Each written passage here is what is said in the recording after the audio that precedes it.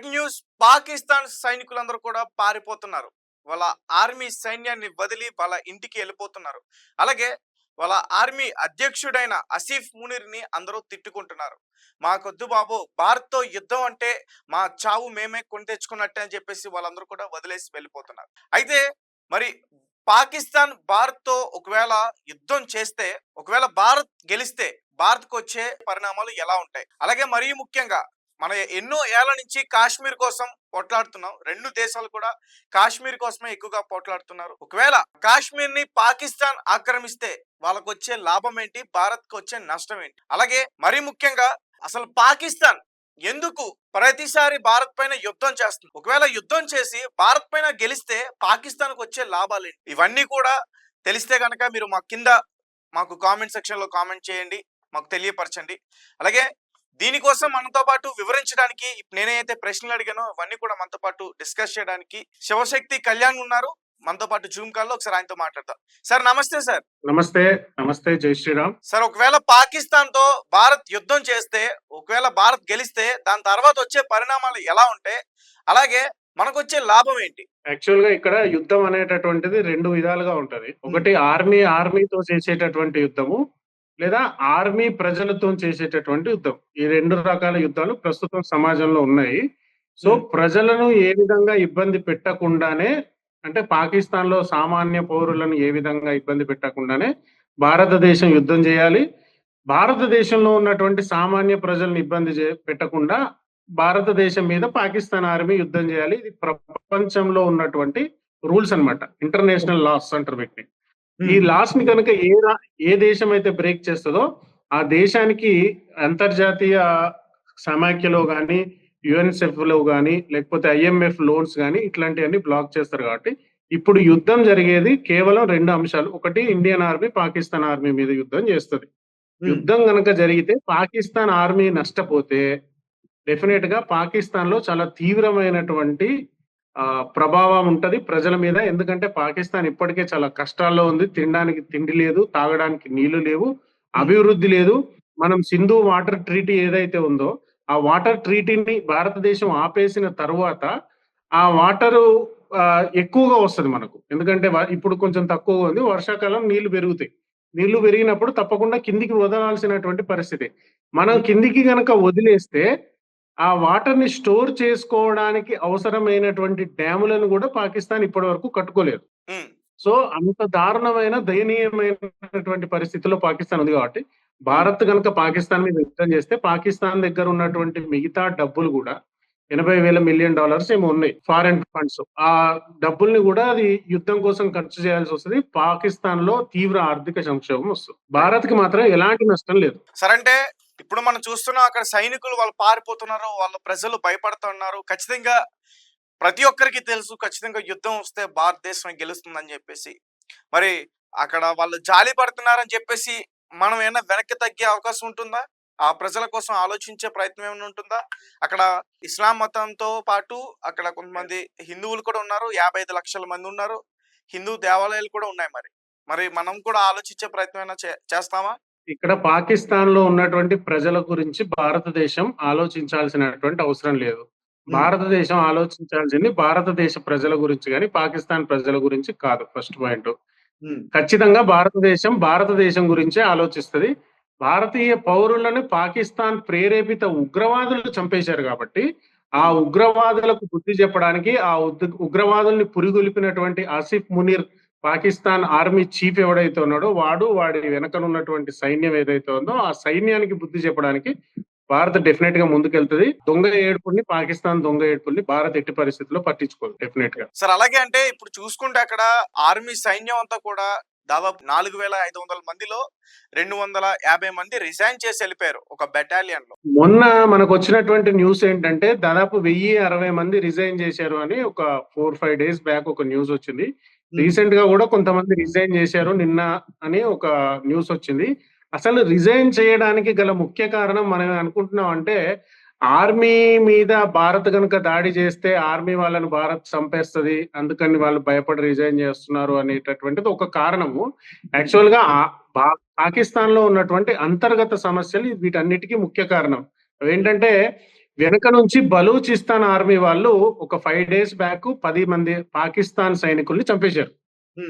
నిన్న మళ్ళీ పాకిస్తాన్ సైనికుల మీద బలూచి ఆర్మీ వాళ్ళు యుద్ధం చేస్తున్నారు. ఇక్కడ పాకిస్తాను 3 రకాల యుద్ధాలు చేయాల్సినటువంటి పరిస్థితి ఏర్పడింది. చాలా కష్టమైనటువంటి, క్లిష్టమైనటువంటి పరిస్థితుల్లో ఉంది అది. ఒకటి భారత్‌తోని యుద్ధం చేయాలి. 2 బలూచిస్తాన్ అని పాకిస్తాన్‌లో ఒక సెపరేట్ దేశం కావాలి అని బలూచీలు పోరాటం చేస్తున్నారు. సో ఈ బలూచిస్తాన్ వాళ్ళు చేస్తున్నటువంటి పోరాటాన్ని అణచడానికి పాకిస్తాన్ ఇంకొక వెనక వైపు ఒక రకమైన యుద్ధం చేయాలి. ఇటు పక్కన తాలిబాన్ ప్రభుత్వం వాళ్ళతోని కూడా యుద్ధం చేయాలి. ఎందుకంటే పాకిస్తాను ఆఫ్ఘనిస్తాన్ నుంచి పాకిస్తాన్‌కి వచ్చినటువంటి సుమారు 8,60,000 మందిని పాకిస్తాన్ డిపోర్ట్ చేసి పంపించేసింది ఆఫ్ఘనిస్తాన్‌కి. సో ఇంత పెద్ద సంఖ్యలో నిన్న 16,000 మందిని పంపించారు. సో ఇంత పెద్ద సంఖ్యలో ఆఫ్ఘనిస్తాన్ పౌరుల్ని పాకిస్తాన్ వెనక్కి తిరిగి పంపించేస్తున్నటువంటి సందర్భంలో ఆఫ్ఘనిస్తాన్ వాళ్ళు కూడా పాకిస్తాన్ మీద చాలా కోపంగా ఉన్నారు. ఎందుకంటే 2 మిత్ర దేశాలైతే వెంటనే అంతమందిని వెళ్ళగొట్టాలి అనేటటువంటి నిర్ణయం పాకిస్తాన్ తీసుకునేది కాదు. 2 ఇప్పుడు శత్రు దేశాలుగా ఉన్నాయి, ఆఫ్ఘనిస్తాన్, పాకిస్తాన్. ఇటు పక్కన పాకిస్తాన్ యుద్ధం చేయవలసింది ఒకటి బలూచిస్తాన్ లో ఉన్నటువంటి పాకిస్తాన్ పౌరులతోని అంతర్గతంగా యుద్ధం చేయాలి. ఇటు ఆఫ్ఘనిస్తాన్ తాలిబాన్లతోని అంతర్గతంగా యుద్ధం చేయాలి. ఇటు భారత్ సైనికులతోని కూడా యుద్ధం చేయాల్సినటువంటి పరిస్థితి ఏర్పడింది కాబట్టి సో 3 రకాల యుద్ధం చేయడం అనేది ఆర్మీకి అసాధ్యం. ఎందుకంటే ఆర్మీ ఏదైనా ఒకవైపు పూర్తిగా మోహరించగలిగితే యుద్ధం చేయొచ్చు. ఈ మన కాశ్మీర్ బోర్డర్ కి ఆర్మీ వస్తే బెలూచిస్తాన్ లో మిగిలిన ఆర్మీని బెలూచీలు చంపేస్తున్నారు. బెలూచిస్తాన్ కి ఆర్మీ వస్తే మిగిలిన ఆర్మీని భారత్ సైనికులు చంపేస్తారు. సో ఎక్కడ ఆర్మీ తక్కువైనా మన సైన్యం గనక అటువైపు పంపించే ప్రయత్నం చేస్తే మిగిలిన సైడ్ ఉన్నటువంటి వాళ్ళు చచ్చిపోవాలి అనే భయంతో ఆర్మీ రిజైన్ చేస్తారు. సో అంటే వాళ్ళకి అర్థమైంది ఖచ్చితంగా ఓటమి ఉంటుంది, దానికోసమే వాళ్ళు భయపడి వెనక్కి తగ్గి రిజైన్ చేస్తున్నారు. ముఖ్యంగా ఆసిఫ్ మునీర్ వాళ్ళ ఫ్యామిలీనే పంపించాడు కదా దేశం, వేరే ఇతర దేశాలకు పంపించాడు కదా అతను దాక్కుని. అవును, ఆసిఫ్ మునీర్ ఇప్పుడు 5 రోజులు 6 రోజుల నుంచి బంకర్ లోనే ఉన్నాడు, బయటికి కూడా రావట్లేదు. ఎందుకంటే బంకర్ నుంచి బయటకు వస్తే మన ఇండియన్ ఆర్మీ ఎక్కడ మిసైల్ వేసి చంపేస్తుందో అని చెప్పేసి ఆసిఫ్ మునీర్ బంకర్ లోనే దాక్కున్నాడు. ఏదో చోటా మోటా లిల్లిపుట్టు నాయకులు పాకిస్తాన్ నుంచి బయటకు వచ్చి 4 స్టేట్మెంట్స్ చెప్పేసి మళ్ళీ దాక్కోవడానికి వెళ్ళిపోతున్నారు. కానీ ఆసిఫ్ మునీర్ ఫ్యామిలీ మొత్తం లండన్ కి షిఫ్ట్ అయిపోయింది. ఈ ఆర్మీ చీఫ్ ఆసిఫ్ మునీర్ మాత్రం బంకర్ లో దాక్కున్నాడు. అది పరిస్థితి పాకిస్తాన్ లో. సార్ అలాగే నిన్న పాకిస్తాన్ సంబంధించి ఒక మినిస్టర్ అనుకుంటా, ఆమె అయోధ్యలో ఉన్న రామాలయాన్ని కూల్చి దానిపైన బాబ్రీ మసీద్ నిర్మిస్తాం, దానికి మొట్టమొదటి ఇటుక ఆసిఫ్ మునీర్ తోనే పెట్టిస్తాను అంటే కూడా అని చెప్పింది. ఇక్కడ ఏంటంటే దాని ఏదో సామెత చెప్తారు, బూతుగా ఉంటది. వాళ్ళకు నోటికి వచ్చినట్టుగా మాట్లాడడం అనేది, నోటికి వచ్చినట్టు మాట ముట్టికి వచ్చింది పిత్ అన్నట్టుగా ఉంటది వాళ్ళ వ్యవహారం. ఎందుకంటే వాళ్ళకు తినడానికే నా కొడుకులకు తిండి లేదు. పాకిస్తాన్ ఆర్మీకి ఆయుధాలు సరఫరా చేయడానికి వాళ్ళ దగ్గర డబ్బులు లేవు. పోనీ ఏదైనా దేశం అప్పుగా ఇస్తుంది అని చెప్పి అడుక్కోవడానికి కూడా ఏ దేశం వీళ్ళని నమ్మి డబ్బులు ఇచ్చే పరిస్థితిలో లేదు.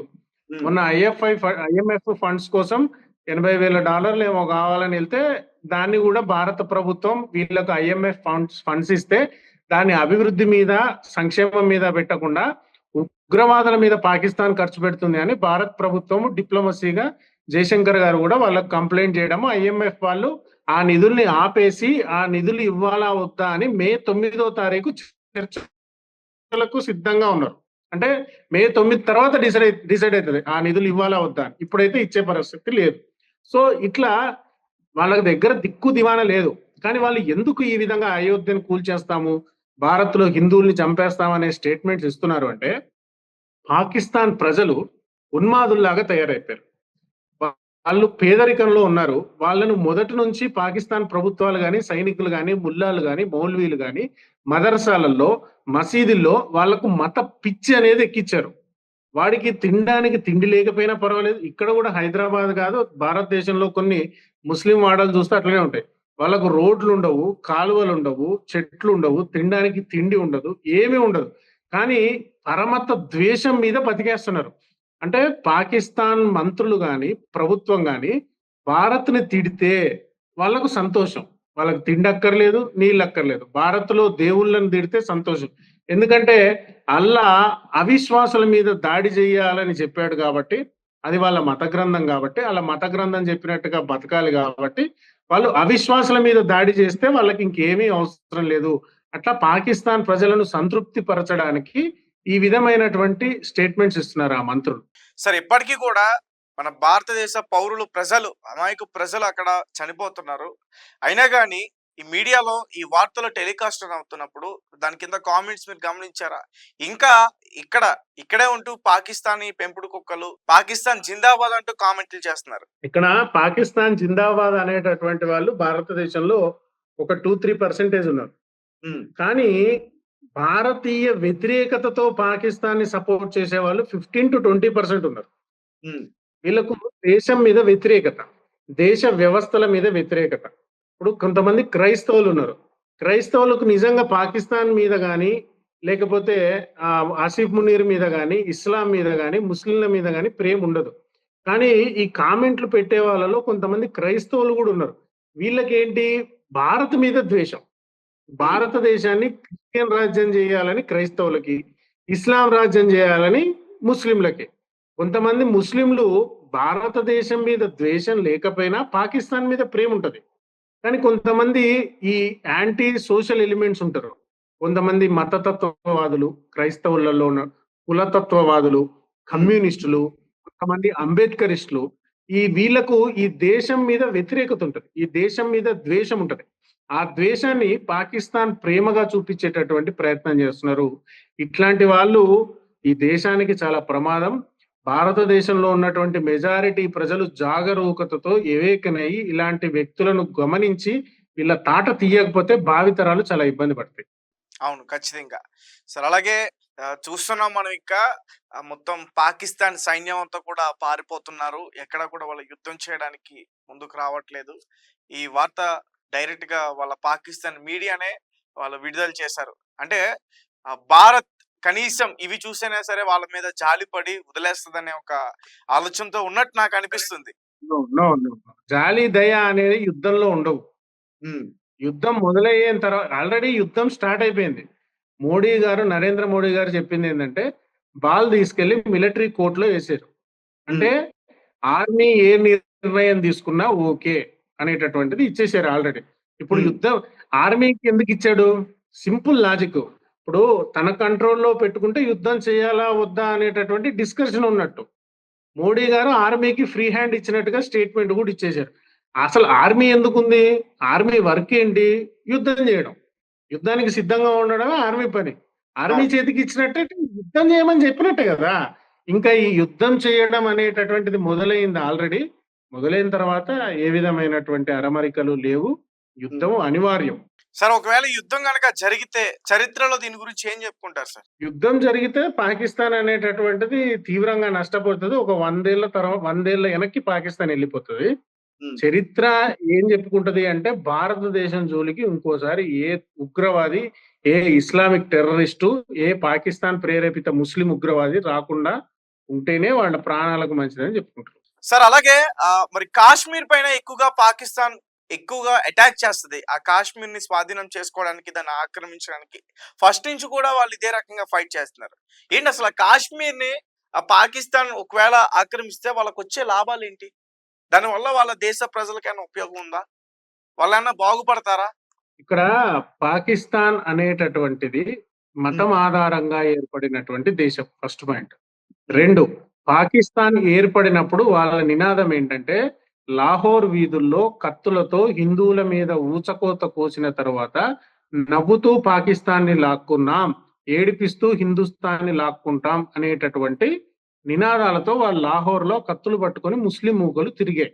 2, పాకిస్తాన్ కి మిగిలి ఉన్నది, పాకిస్తాన్ కి మాత్రమే కాదు ఇస్లామిక్ భావజాలాన్ని, ఇస్లామిక్ ముస్లిం ఉన్మాదాన్ని నెత్తికెక్కించుకున్నటువంటి ప్రపంచవ్యాప్తంగా ఉన్నటువంటి ముస్లింలందరూ, ముల్లాలు, మౌల్వీలందరూ బుర్రల్లో ఉన్న కాన్సెప్ట్ ఏంటంటే గజ్వే ఏ హింద్.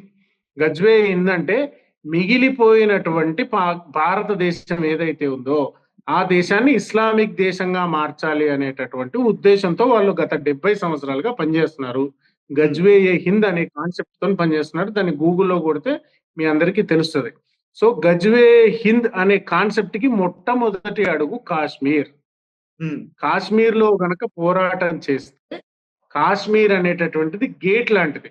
ఆ గేటును గనక దాటితే తర్వాత మిగతా దేశాన్ని కబలించడం అనేటటువంటిది సునాయాసంగా అయిపోతుంది. ఇక్కడ వచ్చే ప్రశ్న ఏంటంటే కొంతమంది బుద్ధి తక్కువ వాళ్ళు, మేధావులు అని అనిపించుకునేటటువంటి వాళ్ళు అడుగుతున్నారు కొంతమంది ప్రశ్నలు.